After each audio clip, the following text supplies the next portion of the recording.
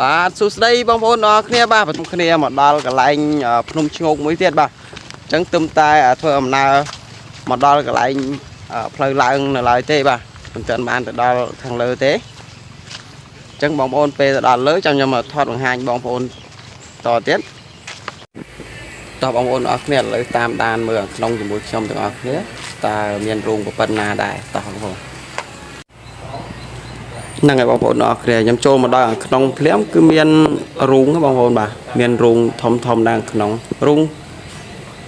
ច្រើនណាបងប្អូនបាទរូងនឹងចូលទៅបានណាបងប្អូនរូងខ្លះទៀតចូលអត់បានទេព្រោះអីដោយសាររាំងរាក់ដែរហ្នឹងហើយបងប្អូនមើលទិដ្ឋភាពខាងលើហើយនិងខាងក្រោមណាបងប្អូនបាទ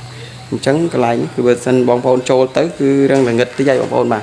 ព្រោះដោយសារខាងក្នុងនេះត្រូវតែប្រើ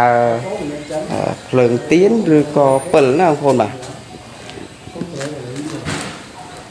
ហ្នឹងហើយឥឡូវសុំអធិស្ឋានទៅដល់លោកតាយាយដែលថែរក្សានៅទីនេះកូនចៅសុំចុះទៅមើលបន្តិចនេះបងប្អូនបាទរូងគឺងងឹតមែនទែនបាទតែតានេះខាងក្រៅរាងភ្លឺតិចដែរបងប្អូនបាទអញ្ចឹងចូលដល់ខាងក្នុងនេះគឺងងឹត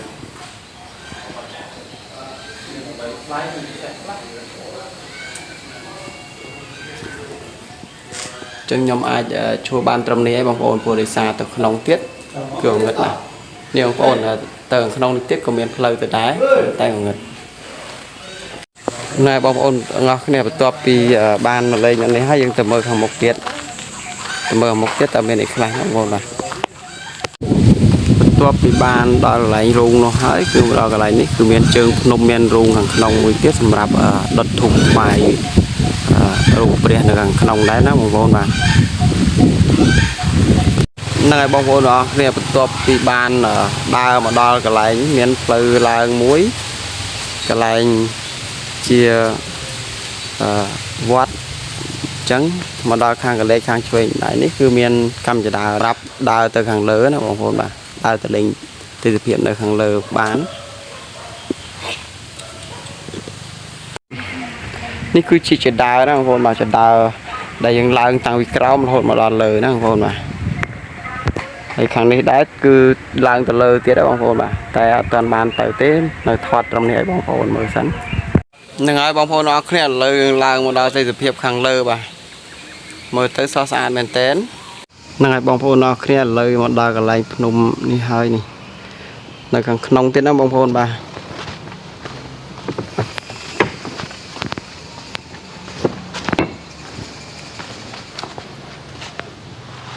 នេះបងប្អូនទិដ្ឋភាពខាងក្នុងនេះគឺជាភ្នំឈ្ងោកបាទនេះ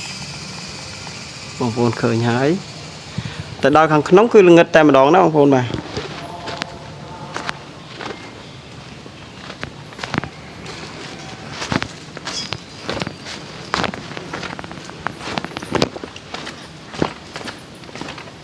ហ្នឹងហើយបងប្អូនស្រស់ស្អាតមែនទែនណាបងប្អូនបាទនេះ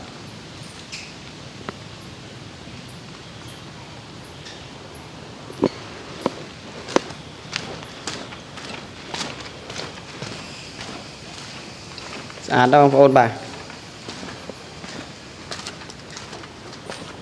នេះគឺក្នុងលាងណាបងប្អូនបាទស្អាតណាស់បងប្អូនបាទ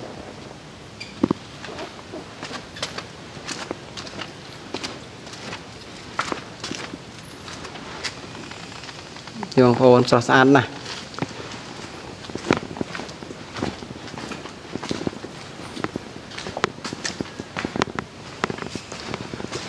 នេះគឺទេសភាពនៅខាងក្នុងលាងបងប្អូនបាទហើយដល់នេះដែរគឺមានរូងខាងលើមួយបងប្អូនតែងងឹតណាបងប្អូនបាទ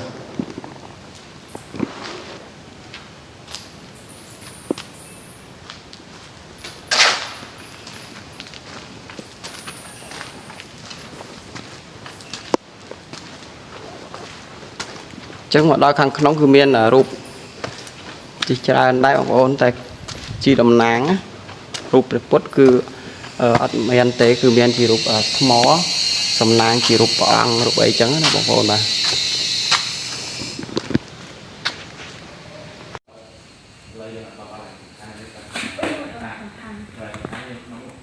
Ủa, đấy là làm rồi thì là làm rồi.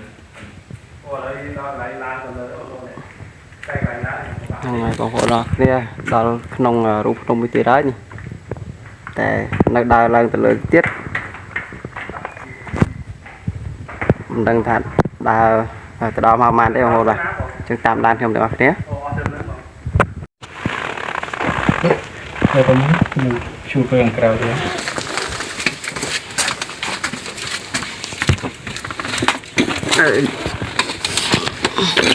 ពីដូចតែលោកទីខាងវាយ៉ាងតូចបន្តិចតែទូបាទបងប្អូនអរគ្នាឥឡូវតស៊ូក្នុងគ្នាឡើងជោគជ័យហើយបាទចាត់ជល់ក្បាលទាំងនេះតិចហ្នឹងហើយតស៊ូផ្ដិតរូបភាពឲ្យបងប្អូនមើលបាទហើយបងប្អូនផ្លូវគឺរូងភ្នំយ៉ែងបាទម្ដងនេះគឺរឿងស្រឡះបន្តិចបាទតែមានរូងទៅនីមួយបន្ថែមទៀតនេះផ្លូវរោងចិត្តជោគជ័យមានគោលផ្លូវទៅណែបងប្អូននេះ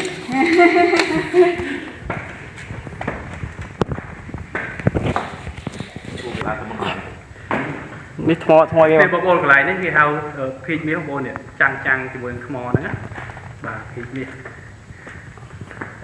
ចាប់ឃើញអីតែឲ្យមកវិញដែរក៏ចេញទៅហ្មងចេញទៅខាងផ្សេងទៀតហូឥឡូវយើងបន្តទៅខាងមុខទៀតណែបងប្អូនដល់គ្នាបន្ទាប់ពីខ្ញុំបានមកដល់លើនេះគឺមានភ្នំទាំងថ្មធំណាបងប្អូនបាទបងប្អូនមើលផ្ទាំងភ្នំនេះហ្នឹងហើយបងប្អូនអរគ្នាឥឡូវមកដល់កន្លែងភ្នំនេះហើយនេះនៅខាងក្នុងទៀតណាបងប្អូនបាទ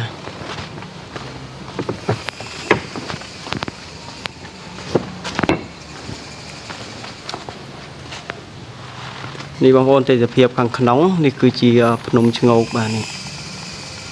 បងប្អូនឃើញហើយតែដល់ខាងក្នុងគឺល្ងឹតតែម្ដងណាបងប្អូនបាទ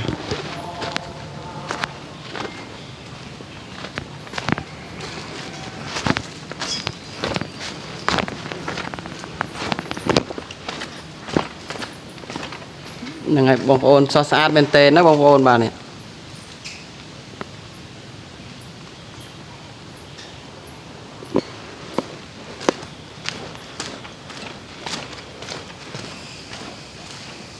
ស្អាតដែរបងប្អូនបាទនេះគឺក្នុងលាអាងណាបងប្អូនបាទស្អាតណាស់បងប្អូនបាទ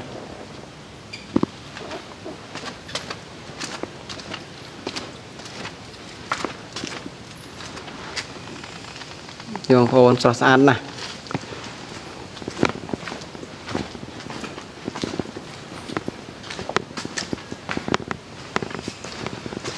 នេះគឺទេសភាពនៅខាងក្នុងលាអាងបងប្អូនបាទហើយដល់នេះដែរគឺមាន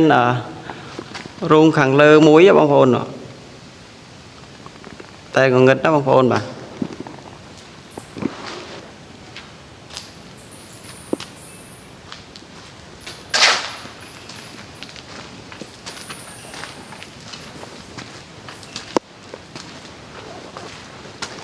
ចឹងមកដល់ខាងក្នុងគឺមានរូប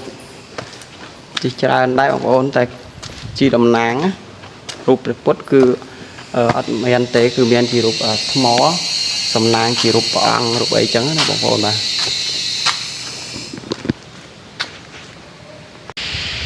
ណែបងប្អូនអរគ្នាវីដេអូខ្ញុំក៏បានដល់ទីបញ្ចប់ដែរចុងក្រោយសូមអរគុណបងប្អូនជាច្រើនដែលបានទស្សនាវីដេអូខ្ញុំតាំងពីដើមរហូតដល់ចប់